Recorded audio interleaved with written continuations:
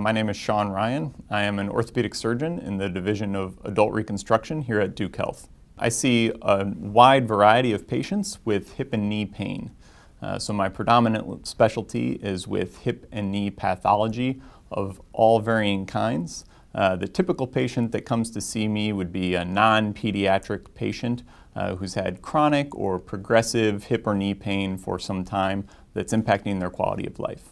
Also, a large part of my practice is treating patients who have had a surgery somewhere else and then seeing them in consultation if they're maybe not happy with their outcome as a second opinion and offering them options as to what we can do next. On a first visit, patients can expect to review their history with me, have me look over their radiographs with them, and provide them with an opinion about what I feel is causing their pain.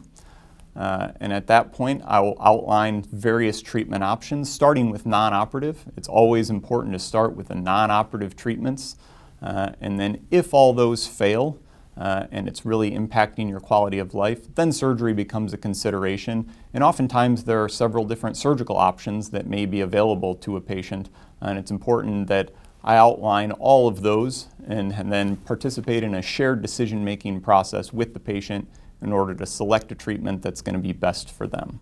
So the best part of my job is absolutely at the post-operative visit when a patient comes back after a surgery and they have a big smile on their face because they've been able to return to the activities that they enjoy doing without pain. Really, whether it's going for walks or going back to sports, whatever that patient enjoys doing, being able to get them to that level without pain is the best part of my job.